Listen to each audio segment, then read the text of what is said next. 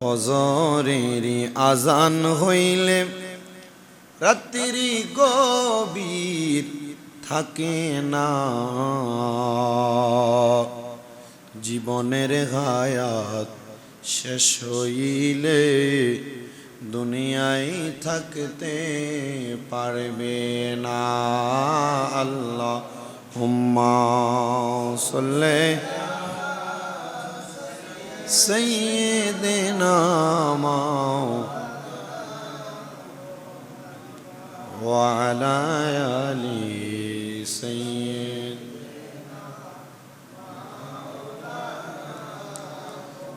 যে মদিনায় যাইবে নবীর দিদার পাইবে, যে মদিনায় যাইবে নবীর দিদার পাইবে, শাফাআত করবে শাহে মদিনা। বাবা শোনো না হাদিসে পাকেরই বর্ণনা, বলেন যে মদিনায় যাইবে নবীর দিদার পাইবে, যে মদিনায় যাইবে নবীর দিদার পাইবে, শাফায়াত করবে শাহে মদিনা।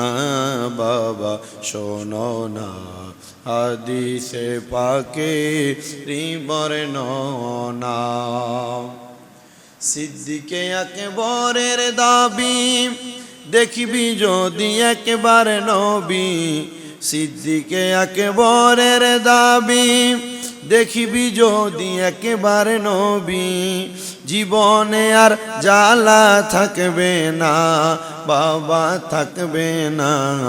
আবু বকর অবশেষে জায়গা পাইল নবীর পাশে, আবু বকর অবশেষে জায়গা পাইল নবীর পাশে, জীবনে আর দুঃখ রইল না। বাবা শোনো না হাদিসে পাকেরই বর্ণনা, বলেন যে মদিনায় যাইবে নবীর দিদার পাইবে, যে মদিনায় নবীর দিদার পাইবে, শাফাত করবে শাহে মদিনা। বাবা শোনো না হাদিসে পাকেরই বর্ণনা, বিবি জুলেখা ডেকে বলে ইউসুফ নবীকে দেখে, বিবি জুলেখা ডেকে বলে ইউসুফ নবীকে দেখে, হাত কাটলো মহিলারা টের পেল না, বাবা পেল না। মা আয়েশা ডেকে কয় মোর নবীর যদি দেখা হয়, মা আয়েশা ডেকে কয় নবীর যদি দেখা হয়, কলিজা কাটলেও টের পাবে না। বাবা শোনো না হাদিসে পাকেরই বর্ণনা, বলেন যে মদিনায় যাইবে নবীর দিদার পাইবে, যে মদিনায় নবীর দিদার পাইবে, শাফাআত করবে শাহে মদিনা। বাবা শোনো না হাদিসে পাকেরই বর্ণনা, আল্লাহুম্মা সাল্লি সাইয়্যিদিনা মাওলানা ওয়া আলা আলি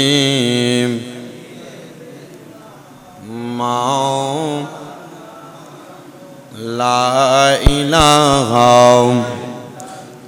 জিকির, লা ইলাহা লা জিকির, লা ইলাহা হাসবি রব্বি জাল্লাল, পড়েন মাফি কলবি নূর মুহাম্মদ, जोर से नूर मोहम्मद ও লা ইলাহা ও লা ইলাহা ও লা ইলাহা আল্লাহ ছাড়া মাবুদ নাই, পড়েন নবীজি ছাড়া ও ওই নবীকে পাইতে হইলে ওই নবীকে পীর মুর্শিদের দয়া চাই। লা ইলাহা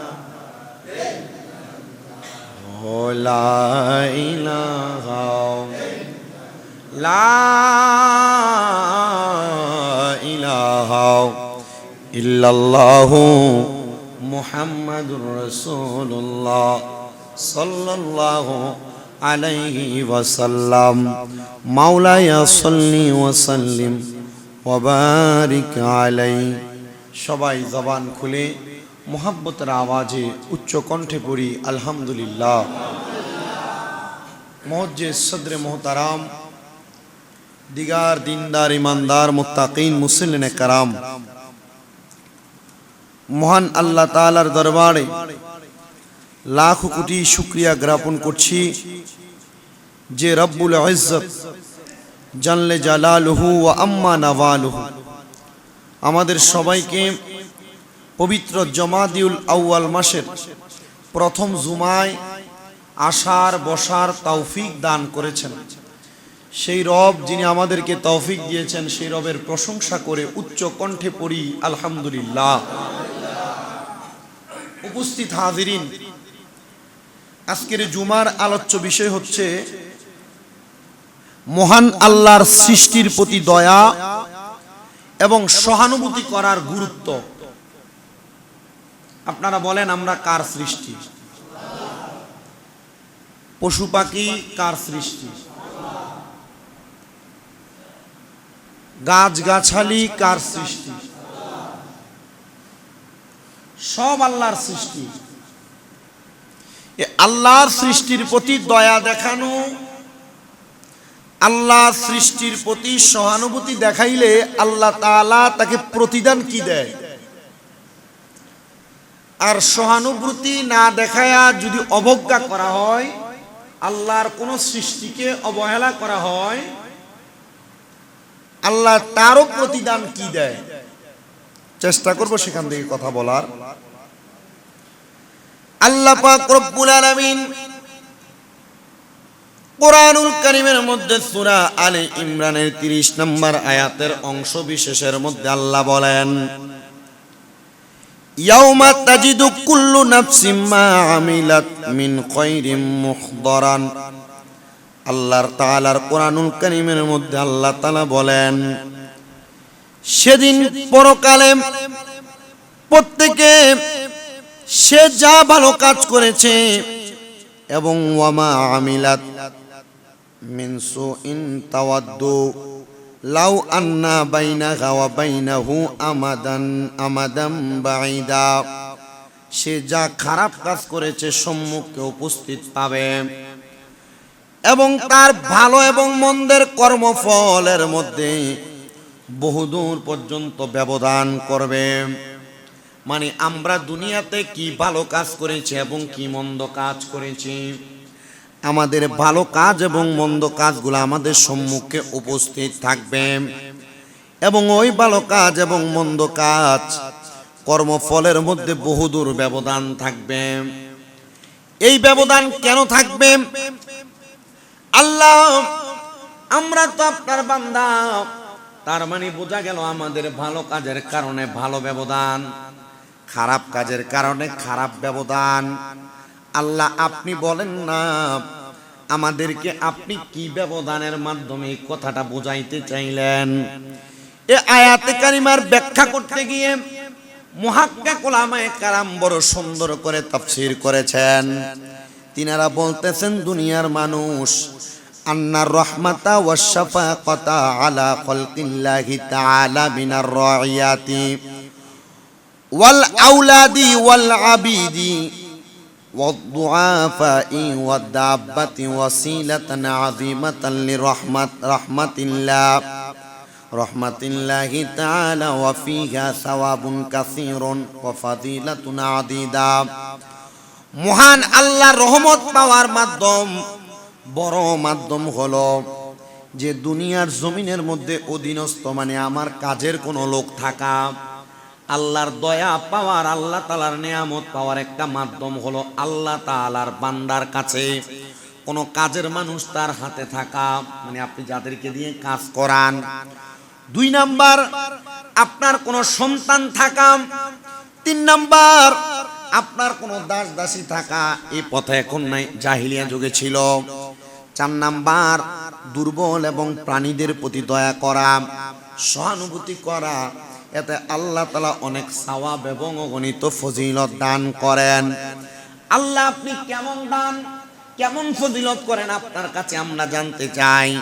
আল্লাহর নবী বুখারী শরীফের 2য় খণ্ড 889 নম্বর পৃষ্ঠার 5779 নম্বর হাদিসে বলেন, আন জারির ইবনে আব্দুল্লাহ রাদিয়াল্লাহু তাআলা আনহু আনিন নবী সাল্লাল্লাহু আলাইহি ওয়াসাল্লাম ক্বালা মান লা ইয়ারহামু লা ইয়ারহাম। আল্লাহ তাআলার পেয়ারা হাবিব বলতেছেন, যে ব্যক্তি সৃষ্টির প্রতি দয়া করে না তার প্রতি দয়া করা হয় না। আপনি যদি আল্লাহ তাআলার কোন সৃষ্টির প্রতি দয়া না করেন তাহলে মহান আল্লাহ তাআলা আপনাকে কোনো দয়া করে না। শুধু এই জায়গায় নাই, মুসলিম শরীফের 2319 নম্বর হাদিসের মধ্যে, আবু দাউদ শরীফের 675 নম্বর পৃষ্ঠার 4941 নম্বর হাদিসে আল্লাহর নবী বলেন, ওয়ান আব্দুল্লাহ ইবনে আমরিন আনিন নবী সাল্লাল্লাহু আলাইহি ওয়াসাল্লাম ক্বালা রহিমুনা ইয়ারহামুহুমুর রহমান। দয়াশীলদের উপর করুণাময় আল্লাহ দয়া করেন। যারা মানুষের প্রতি দয়া করে, যারা পশু পাখির প্রতি দয়া করে, যারা গাছপালাদের উপরে দয়া করে, মহান আল্লাহ তাদের প্রতি দয়া করে। বলতেছে, ইরহামু আহলাল আরদি ইয়ারহামুকুম মান ফিস সামাই। তোমরা দুনিয়াবাসীকে দয়া করো, তাহলে যারা আসমানে আছেন তারা তোমাদের প্রতি দয়া করবে। আসমানে কারা আছেন? আমরা যেই কাবায় গিয়া নামাজ পড়ি, ওই কাবা দুনিয়ার কোন সাধারণ ঘর নয়, মহান আল্লাহর ঘর বাইতুল্লাহ। আরে কাবা বরাবর আল্লাহ তাআলার আসমানের উপরে একটা মসজিদ আছে, যেই মসজিদের নাম বাইতুল মামুর। বাইতুল মামুর মসজিদের মধ্যে যারা নামাজ আদায় করে তারা হলো ফেরেশতা। ওই ফেরেশতারা যে মসজিদে নামাজ পড়ে, মসজিদের নাম বাইতুল মামুর। ওই বাইতুল মামুরের ফেরেশতারা আমাদের প্রতি দয়া করে, আমাদের প্রতি রহম করে, আমাদের প্রতি মায়া করে। আর আমরা যদি দুনিয়ার মানুষের প্রতি দয়া না করি, রহম না করি, বাইতুল মামুরের নামাজ আদায়কারী ফেরেশতারা আমাদের প্রতি দয়া করবে না। এই জন্য মানুষ মানুষের প্রতি দয়া করবেন, মানুষ হয়ে পশু পাখির প্রতি দয়া করবেন, মানুষ হয়ে গাছ গাছালির উপর দয়া করবেন। শুধু শুধু কাজে কোনো মানুষের মনে কষ্ট দিবেন না, শুধু শুধু কাজে কোনো গাছের ডাল ভাঙবেন না, শুধু শুধু কাজে কোনো গাছের ফল ফলাদি ভাঙবেন না, শুধু শুধু কাজে কোনো গাছের একটা পাতাও ছিঁড়বেন না, শুধু শুধু কাজে আপনি কোনো মানুষের সঙ্গে কটু কথা বলবেন না। আপনারা বলেন, মানুষের প্রতি দয়া করে যদি সব ত্যাগ করে দয়া করা হয়, আমাদের প্রতি ফেরেশতা দয়া করবে। আমরা সবাই ফেরেশতাদের দয়া চাই কি চাই না? সবাই মুহাব্বতে দুরূদ পড়েন, আল্লাহুম্মা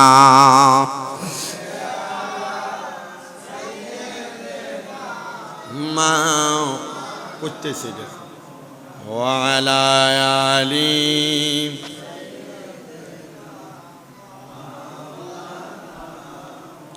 কবর যদি চাও উজালা, দুরুদ বানাও গলার মালা, পাইবাই আমার নূর নবীকে ঘুমের ঘরে স্বপনে। আল্লাহুম্মা মোহাব্বতে মোহাব্বতে মাও মুহাম্মদ ওয়া আলা মাও। ছোট ছোট বাচ্চা আমাদের এলাকায় আছে, আমাদের ঘরে আছে, আমাদের বাড়িতে আছে, মসজিদের মধ্যে বাচ্চারা আছে, মাদ্রাসার মধ্যে বাচ্চারা আসে। এই বাচ্চাদের প্রতি দয়া করার ব্যাপারে আল্লাহ তাআলার প্যারা হাবিব সুন্দর একটা হাদিস নাজিল হাদিস বলে দিয়ে গেছেন। আল্লাহর হাবিব বলেন, হযরত ইবনে আব্বাস রাদিয়াল্লাহু তাআলা আনহু হাদিস বর্ণনা করে, নবী আমার বলে, লাইসা মিন্না মাল্লাম ইয়ারহাম সগীরানা ওয়া ইউআক্কির কাবীরানা ওয়া ইয়া'মুর বিল মারুফি ওয়া ইয়ানহা আনিল মুনকার। আল্লাহর হাবিব সাল্লাল্লাহু আলাইহি ওয়াসাল্লাম নবী আমার তিরমিজি শরীফের হাদিসের মাধ্যমে বলতেছেন, নবী আমার বলে, তোমাদের মধ্যে যেই ব্যক্তি আমাদের ছোটদেরকে স্নেহ করে না, বড়দেরকে সম্মান করে না এবং সৎ কাজে আদেশ দেয় না, অসৎ কাজে মানুষকে বাধা দেয় না, সে আমাদের অন্তর্ভুক্ত নয়। আল্লাহর নবী বলেন, কোন মানুষ যদি ছোটদেরকে স্নেহ না করে, বড়দেরকে সম্মান না করে, সৎ কাজের আদেশ না দেয়, অসৎ কাজে বাধা না দেয়, আল্লাহর নবী বলেন তারা আমাদের অন্তর্ভুক্ত নয়। যদি বাধা দেয় অসৎ কাজে, সৎ কাজে আদেশ দেয়, বড়দেরকে সম্মান করে, ছোটদেরকে স্নেহ করে, আল্লাহর নবী বলেন তারা আমার অন্তর্ভুক্ত। জোরে বলেন সুবহানাল্লাহ। এবার আমার নবীর কাছে গ্রামের একজন লোক বেদুইন আইসা নবীজির দরবারে, মদিনাতুল মুনাওয়ারার মধ্যে তিনটা মোটা মোটা পিলার, একটা পিলারের নাম হলো উস্তুনে আয়েশা, একটা পিলারের নাম হলো উস্তুনে আহাদা, একটা পিলারের নাম হলো উস্তুনে হান্নানা। আমার নবীজির কাছে যখন দূর দূরান্ত থেকে কোনো মানুষ আসতেন, আমার নবীজি উস্তুনে আহাদার নিচে বসে বসে তাদের সঙ্গে কথা বলতেন। আমার নবীজি যখন একটু মনে মনে খারাপ অনুভূতি, মনে মনে চিন্তা আসতো, নবীজির কাছে একটু অনুভূতিটা অন্যরকম লাগতো। আল্লাহর হাবিব বলে, উস্তুনে আয়েশার নিচে বসে বসে আমি আমার আয়েশার সঙ্গে কথা বলতাম। আর আমি নবীর মসজিদে নববীর মধ্যে যে একটা পিলার আছে, উস্তুনে হান্নানা একটা গাছ আছে, ওই খেজুর গাছটার গোড়ায় বৈশা বৈশা আমি নবী জুমার নামাজের খুতবা দিতাম। নবী আমার বলেন, আমি উস্তুনে আহাদা মাঝখানের পিলারের নিচে গাছের নিচে বসে রইলাম। একটা গ্রামের লোক আইসা আমি নবীর কাছে প্রশ্ন করলো, আমাকে বলল, তুকাব্বিলুনা সিবিয়ানা ফামা নুকাব্বিলুহুম। আল্লাহর হাবিবকে বলে, আপনারা কি শিশুদেরকে চুম্বন করেন, কিন্তু আমরা তাদেরকে চুম্বন করি না। শিশুদেরকে আদর করার কথা বলেছেন। ওই ব্যক্তি বলে, ইয়া রাসূলুল্লাহ, ইয়া হাবিবাল্লাহ, নবী গো, আপনি বলেন না আপনারা কি শিশুদেরকে চুম্বন করেন। আল্লাহর হাবিব গো, আমরা শিশুদেরকে চুম্বন করি না। ফাকালান নবী সাল্লাল্লাহু আলাইহি ওয়াসাল্লাম, আওয়া আমলিকু লাকা ইযা নাযা আল্লাহু মিন ক্বাবলিকা রাহমা। নবীজি বললেন, আল্লাহ যদি তোমার কলব থেকে দয়া উঠে নেয়, তবে তোমার উপর আমার কি কোনো অধিকার আছে নাকি? নবী এই কথা দিয়া বুঝাইলেন, রে গ্রামের মানুষ, তোমরা যে ছোট ছোট বাচ্চাদেরকে আদর করো না, আল্লাহ তো তোমাদের অন্তর থেকে দয়া উঠে আনিছে। যাদের অন্তরে দয়া থাকবে তারাই বাচ্চাদেরকে মোহাব্বত করবে, তারাই শিশুদেরকে মোহাব্বত করবে। যাদের মনে দয়া থাকবে না, মায়া থাকবে না, তারা বাচ্চাদেরকে মোহাব্বত করবে না, শিশুদেরকে মায়া করবে না, আদর করে একটা চকলেটও কিনা খাওয়াবে না। এই জন্য আপনাদের সবার কাছে বলি, ও দৌলতপুর জামে মসজিদের আমার মুসল্লিরা, ও পর্দার অন্তরালের আমার মা, আপনারা সবাই শিশুদের প্রতি মোহাব্বত করবেন, শিশুদের প্রতি মায়া করবেন, শিশুদেরকে আদর করবেন, স্নেহ করবেন। দেখবেন আল্লাহ তাআলা আপনার সিনাটা রহমত দিয়ে ভরপুর করে দিবেন। বলেন সুবহানাল্লাহ। এবার আল্লাহর নবীর আরেকটা হাদিসে মুবারাকা, বুখারী শরীফের প্রথম খণ্ডের 333 নম্বর পৃষ্ঠার 2420 নম্বর হাদিস। আল্লাহর নবীজির হাদিসে মুবারাকা, আনা বি হুরায়রাতা আন্না রাসূলুল্লাহি সাল্লাল্লাহু আলাইহি ওয়াসাল্লাম ক্বালা বাইনামা রাজুলুম বিতরিকিন ইশতাদ্দা আলাইহিল আতাসু ফাওয়াজাদা বিইরান ফানাযালা ফিহা ফাশরিবা সুম্মা খারাজা ফাইযা কলবুন ইয়ালহাসু ইয়াকুলু সারা মিনাল আতাশি فقال الرجل لقد بلغ هذا القلب من العطش مثل الذي كان بلغ مني فنزل البئر فملأ خفه ماء فساق القلب فشكر الله له فغفر له আল্লাহর হাবিব সাল্লাল্লাহু আলাইহি ওয়াসাল্লামের হাদিস। নবী বলেন একদিন এক ব্যক্তি রাস্তায় চলার পথে অত্যন্ত তৃষ্ণার্ত হয়ে গেলেন, মানে পানির পিপাসা লেগে গেছে। আবু হুরায়রা বলেন আমার নবীজি আমার কাছে বলতেছেন, অন্যান্য সাহাবায়ে কেরামদেরকে বলতেছেন, একবার এক ব্যক্তি রাস্তা দিয়ে হাঁটার সময় অত্যন্ত তৃষ্ণার্ত হয়ে গেছে, অতঃপর একটি কুয়া পায়া সে তাতে নাইমা গেছে। একটা কুয়া পায়া, একটা পুকুর পায়া, ওই ব্যক্তি ওই পুকুরের মধ্যে নেমে গেছে। নামার পর ওই ব্যক্তি পুকুরের মধ্যে নাইমা তার শরীরটা ভিজা পানি পান করছে। অতঃপর উপরে উইঠা সে দেখতে পেল একটা কুকুর হাঁপাইতেছে, মানে পানির পিপাসায় দেখবেন মাঝে মাঝে কুকুর দৌড়ে আইসা জিহ্বা বের করে করে হাঁপায়। উনি বলেন আমি পুকুর থেকে ওঠার পর আমি দেখলাম একটা কুকুর হাঁপাইতেছে, পিপাসায় ভিজে মাটি চেটে চেটে খাইতেছে, মাটি ভিজা ওই মাটিকে চাইটা চাইটা খাইতেছে। লোকটি বললেন এই কুকুরটিকে তেমনই পিপাসা পেয়েছে। কুকুরটাকে দেখে বুঝতে পারলাম কুকুরটার এমন পিপাসা লাগছে যেমন পিপাসা আমি পান করার আগে আমার লাগছিল। সে বুঝাইতেছে নবীজি ওই মানুষের তেমন পিপাসা লাগছে, কুকুরটার যেমন লাগছে, কুকুরটার যেমন পিপাসা লাগছে ওই মানুষটার তেমন পিপাসা লাগছে। এই কথা বলার পর তিনি বলেন তারপর সে কুয়ার মধ্যে নামলো, নাইমা নিজের মোজাটা ভর্তি কইরা আইনা কুকুররে পানি পান করাইছে। পায়ের মোজা ভর্তি কইরা কুকুরকে পানি পান করাইলো।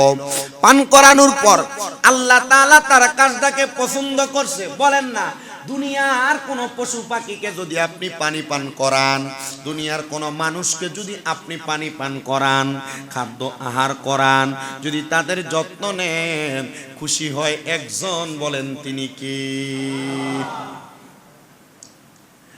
বলেন আল্লাহ তাআলা খুশি হয়ে গেলেন। খুশি হয়ে কি করলেন? ফাশাকারাল্লাহু লাহু ফাগফারা লাহু, আল্লাহ তারে মাফ করে দিয়েছে। কারে পানি পান করাইছে? কুত্তারে। কুকুররে পানি পান করানোতে আল্লাহ একজন পাপী ব্যক্তিকে মাফ করে দিয়েছে। আপনি মানুষের ভাতে বাদ দেন।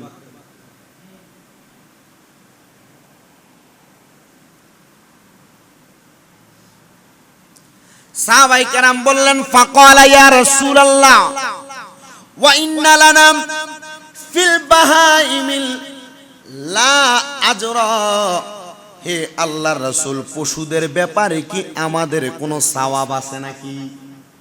সাহাবায়ে কেরাম আমরা রাস্তা ক্লিয়ার করে দিয়ে গেছে, মানে আমরা যদি এই ব্যক্তি যদি কুকুরে পানি খাওয়ায় যদি মাফ পাইতে পারে, সাহাবায়ে কেরাম ইয়া রাসূলুল্লাহ এই কুকুররে আর কোনো পানিরে যদি আমরা দয়া করি আমাদের কোনো লাভ বা সওয়াব আছে কি? আল্লাহর হাবিব বলেন ক্বালা ফি কুল্লি যাতিন কাবাদিন রাতবাতিন আজরুন, আল্লাহর নবী বলেন প্রত্যেক পানির প্রতি দয়া করার মধ্যে পুণ্য আছে, প্রত্যেক পানির প্রতি দয়া করার মধ্যে রহমত আছে, প্রত্যেক পানির উপরে দয়া করার মাধ্যমে আল্লাহ তাআলা অসংখ্য বরকত দান করেন। জোরে জোরে বলেন সুবহান। আল্লাহর নবীর আর ছোট ছোট দুইটা হাদিসে মুবারাকা আপনাদেরকে শোনায়, একটু মনোযোগ দেন। নবীজি রাহমাতুল লিল আলামিন নবী বলতেছেন আল্লাহর হাবিবের কাছে একজন মহিলা, আল্লাহর হাবিব সাল্লাল্লাহু আলাইহি ওয়াসাল্লাম বলেন আমি নবী দেখলাম একটা মহিলাকে একটা বিড়ালের কারণে কবরে আযাব দেওয়া হইতেছে। নবী আমার কবরে আযাব দেখতে পাইতেন। কি দেখতে পাইতেন? নবী আমার বলেন সাহাবায়ে কেরাম, বুখারী শরীফের প্রথম খণ্ড 318 নম্বর পৃষ্ঠার 2304 নম্বর হাদিস, আল্লাহর নবী বলে একটা মহিলাকে কবরের ভিতরে একটা বিড়ালকে কষ্ট দেওয়ার কারণে আযাব দেওয়া হইতেছিল। ইয়া রাসূলুল্লাহ কারণ কি? বলে ওই মহিলাটা বিড়ালটারে বাইন্ধা রাখছিল, অবশেষে বিড়ালটি ক্ষুধার জ্বালায় মারা গেছে, আর এই কারণে মহিলাটা জাহান্নামের মধ্যে প্রবেশ করলো। ইয়া রাসূলুল্লাহ, আপনি তো এখনো দুনিয়ায়, তা আপনি মহিলাদের জাহান্নামে প্রবেশ করছে জানলেন কেমনে? আর এই বিড়াল রে বাইন্ধা রাখছে, খানা দেয় নাই, বিড়াল ক্ষুধার জ্বালায় মারা গেছেন, এই জন্য মহিলা জাহান্নামী। তার মানে বোঝা যায় আমার নবী এমন অদৃশ্যের খবর, এটাকে বলে গায়েব। এটারে কি বলে? এই যে আমরা সুন্নি দাবি করি কেন? আমরা নবীজি গায়েবের খবর দেনেওয়ালা বিশ্বাস করি। আমরা সুন্নি দাবি করি আমার নবী ইলমে গায়েব জানেন, আল্লাহ জানাই, এটা বিশ্বাস করি। আমরা সুন্নি দাবি করি আমার নবী হাজির ও নাজির, আমাদেরকে দেখেন, আমাদের অবস্থা সম্পর্কে জানেন, এজন্য আমরা সুন্নি। এই যে আমরা সুন্নি দাবি করি আমার নবী নূরের নবী, এ বিশ্বাস করি, এই জন্য আমরা সুন্নি। এই যে আমরা সুন্নি দাবি করি আমরা নবীকে দাঁড়ায়া সালাতু সালাম দেই, এই জন্য আমরা সুন্নি। আহলে সুন্নাত ওয়াল জামাত, আহলে সুন্নাত ওয়াল জামাত নবীজির সুন্নতের তাবেদার, এই জন্য আমরা সুন্নি। এই সবগুলো বিষয় যাদের মাঝে থাকবে তারা সুন্নি। আর যারা যারা এভাবে ফতোয়াবাজি করবে, সুন্নত পালন করে কিন্তু নবীর ইলমে গায়েব, নবীর হাজির ও নাজির, নবীর নূর মানে না, এরা সুন্নি না। এরা উপর দিয়া দুধের মতো, দুধের লাইসেন্স লাগায়া, দুধের কাবার লাগায়া ভিতর দিয়া মদ পান করার মতো নিজের সুন্নি দাবি করে, ভিতরে ভিতরে বাতিল ফেরকার কাজ করে। কথা কি বুঝতে পারছেন আপনারা? মৌলভী সাহেব কি সুন্দর ফতোয়া দিয়ে দিছে, খুব অবাক লাগে।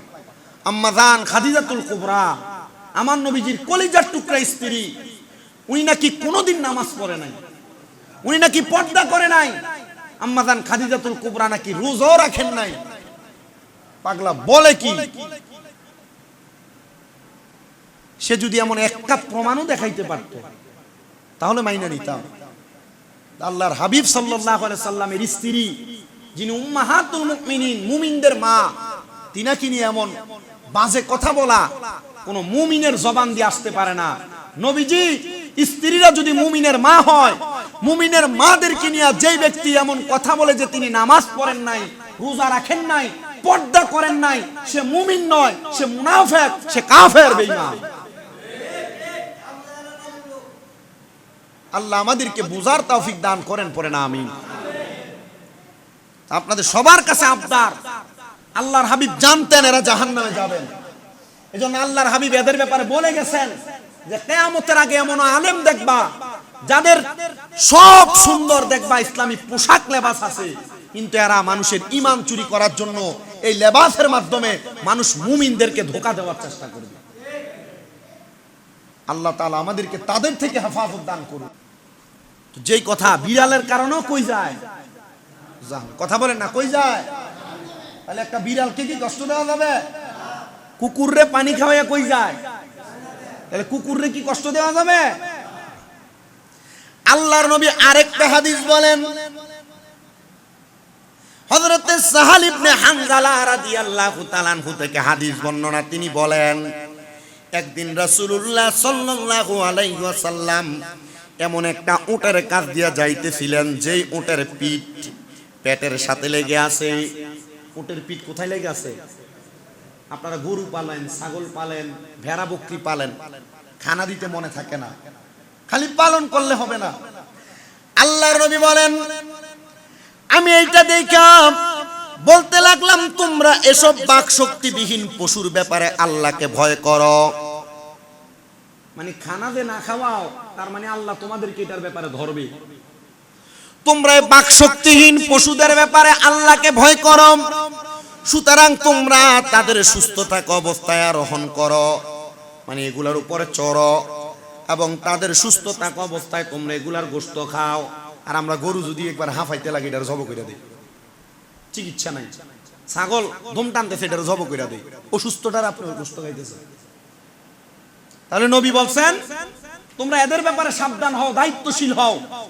এই যে বাকশক্তিহীন প্রাণীগুলা, এদেরকে চিকিৎসা করো, যখন এরা সুস্থ হবে তখন তোমরা এগুলাতে আরোহণ করো এবং এদের গোশত খাও। তাহলে অসুস্থটার গোশত খাইতে কইছে না সুস্থটার? হুজুর অসুস্থ যদি মইরা জাগা লস দো ফুরাডা, অসুস্থ অবস্থায় জব করলো তো গোস্তটা বিক্রি করতে পারবো। আরে না, এটা আল্লাহর নবীর নিষেধ। তো নবীর নিষেধ মানো না, তুমি কিসের নবীর উম্মত? আল্লাহর নবীর আরেকটা হাদিসে মুবারাকা হযরতে খায়সামা রাদিয়াল্লাহু তাআলা আনহু থেকে বর্ণিত, তিনি বলছেন একদা আমরা আব্দুল্লাহ ইবনে আমর রাদিয়াল্লাহু তাআলা আনহুর সাথে বসা ছিলাম। এমন সময় তার কোষাধ্যক্ষ সেক্রেটারি আসলেন, তার নিকট আইসা জিজ্ঞেস করলেন, তুমি কি গোলামদের ব্যাপারে খাবারের ব্যবস্থা করেছ? তিনি বললেন না। গোলাম বুঝেন তো, ওই যে আপনার চাকরি করে, যে আপনার কাছে, আপনার যে দোকানে কাজ করে, আপনার বাড়িতে কাজ করে, এদের ব্যাপারে বলছেন। এখন তার গোলাম নাই, কাজের লোক আছে, এজন্য এদের কথা বলল। তিনি বলেন না, আমি ব্যবস্থা করি নাই। লা ক্বালাম ফান্তালিক ফাআতিহিম ক্বাল, অতঃপর তিনি বললেন তুমি গিয়ে তাদেরকে খাদ্য দাও। ক্বাল রাসূলুল্লাহ সাল্লাল্লাহু আলাইহি ওয়াসাল্লাম কাফা ইসমান আইয়াহবিসা আম্মাইয়ামলিকু কুতাহু, তিনি বলতেছেন, আল্লাহর নবী বলতেছেন, যাদের ভরণ পোষণ বহন করা কর্তব্য তা না করে আটকে রাখা কোন ব্যক্তি গুনাহগার হওয়ার জন্য যথেষ্ট। বুঝছেন? কোন মানুষের ভরণ পোষণ আছে, আমার ভরণ পোষণ আছে, আমি কারোর চাকরি করি, এখন সে যদি আমার ভরণ পোষণ না দিয়ে আটকে রাখে, নবী বলে গুনার জন্য এটা যথেষ্ট। কোন ছাগল লালন পালন করেন, ছাগল খায় না? গরু লালন পালন করেন, খায় না? বিড়াল যে লালন পালন করেন, খায় না? নবী বলেন এটার যদি খাদ্য না খাওয়ায় আটকে রাখো, তোমার গুনার জন্য এটাই যথেষ্ট, আর কিছু লাগবে না গুনার জন্য। এজন্য লালন পালন, মুরগি হাঁসও যে লালন পালন করেন, আগে নিজে খাওয়ানোর আগে কাদের খানা দিবেন? হাঁস মুরগির। আর আপনি আইডিয়া অনের পরে এরপরে খানা দেয়। মানুষ এখন হাঁস পালে কি লেগা, সবার আইডিয়া দুইটা, এটা খাওয়ানোর লেগে আসে। আপনি চিন্তা করে দেখছেন ইসলাম কোথায়? সামান্য হাঁস মুরগির ব্যাপারেও কথা বলছেন আল্লাহ তাআলার পেয়ারা হাবিব নবীজি। আমার আরেকটা হাদিসে মুবারাকা বলেন, এক ব্যক্তি নবী করিম সাল্লাল্লাহু আলাইহি সাল্লাম নিকট আয়েশা বললেন, হে আল্লাহর রাসূল, আমরা কাজের লোককে কতবার ক্ষমা করব? কাজের লোক বাজার থেকে যে বদুল্লা আনেন, 500, 700, 800, 1000, এই লোককে কয়বার ক্ষমা করব? আল্লাহর নবী চুপ করে রইলেন। আগন্তুক ব্যক্তি আবার নবীকে প্রশ্ন করলেন, ইয়া রাসূলুল্লাহ, আমরা আমাদের কাজের লোককে কয়বার ক্ষমা করব দৈনিক? নবী আমার চুপ করে রইলেন। আল্লাহর হাবিব তৃতীয়বার আবার শুনতে পাইলেন, তিনি প্রশ্ন করে, আল্লাহর হাবিব, আপনি বলেন না আমরা আমাদের কাজের লোককে কয়বার ক্ষমা করব? নবী আমার বলে, তোমরা তোমাদের কাজের লোককে প্রতিদিন 70 বার করে ক্ষমা করবা। কেন? কারণ সে কাজ করতে আসছে, তার যোগ্যতা নাই বিদায়, তার ইনকাম নাই বিদায় তোমার এখানে কাজ করে, তো তুমি তারে মাফ করো, কারণ তার কাজের মধ্যে কোনো ত্রুটি হইতেই পারে। কয়বার মাফ করবেন? কথা কয় না কেন? কয়বার? তা আপনি তো 70 বার আল্লাহর জিকিরও করেন না, 70 বার দুরুদও পড়েন না, আপনি কেমনে 70 বার করবেন আমি তারা মাফ করে দিছি, তারা মাফ করে দিছি? মনে মনে রাখবেন, আমি আমার প্রত্যেকটা কাজের লোককে দৈনিক 70 বার করে মাফ করছি, আল্লাহ আপনি প্রত্যেক দিনে মাফ কবুল করেন, আল্লাহ মাফ করে দিন। নবীজি আমার বলেন, আমার সামনে দিয়ে একদিন একটা গাধা যাচ্ছিল, যার মুখের মধ্যে দাগ দেওয়া হয়েছে। দাগ দেখেন, এই বড় যে বোল্টার সাদা গরুটি, এর ভিতরে আগুনের মধ্যে পুইরা নাম্বার দেওয়া হয়, তাই না? আবার অনেকে ছিবা দিয়ে এমন ভাবে গরুর গায়ে, ছাগলের গায়ে বাড়ি মারে, দাগ পুইরা যায়, পরে না? নবীজি বলেন, আমার সামনে দিয়ে গাধা যাইতেছিল, অতঃপর আমি দেখলাম ওই গাধাটার মুখের মধ্যে দাগ দেওয়া হয়েছে। নবীজি ইরশাদ করে বললেন, যেই ব্যক্তি একে দাগ লাগাইছে আল্লাহ তাকে অভিশাপ করছেন, অভিশাপ। আপনারা যারা পশু পাখিরে বাড়ি দেন, দেওয়া যায় এমন ভাবে যেন এটা হাঁটে, আপনারা যারা এগুলোর উপর অত্যাচারের মতো বড় বড় জোরে জোরে আঘাত করেন, নবী বলেন এদেরকে স্বয়ং আল্লাহ তাআলা অভিশাপ দিবেন। এজন্য আল্লাহ তাআলার সৃষ্টি বিদায় কোন পশু পাখি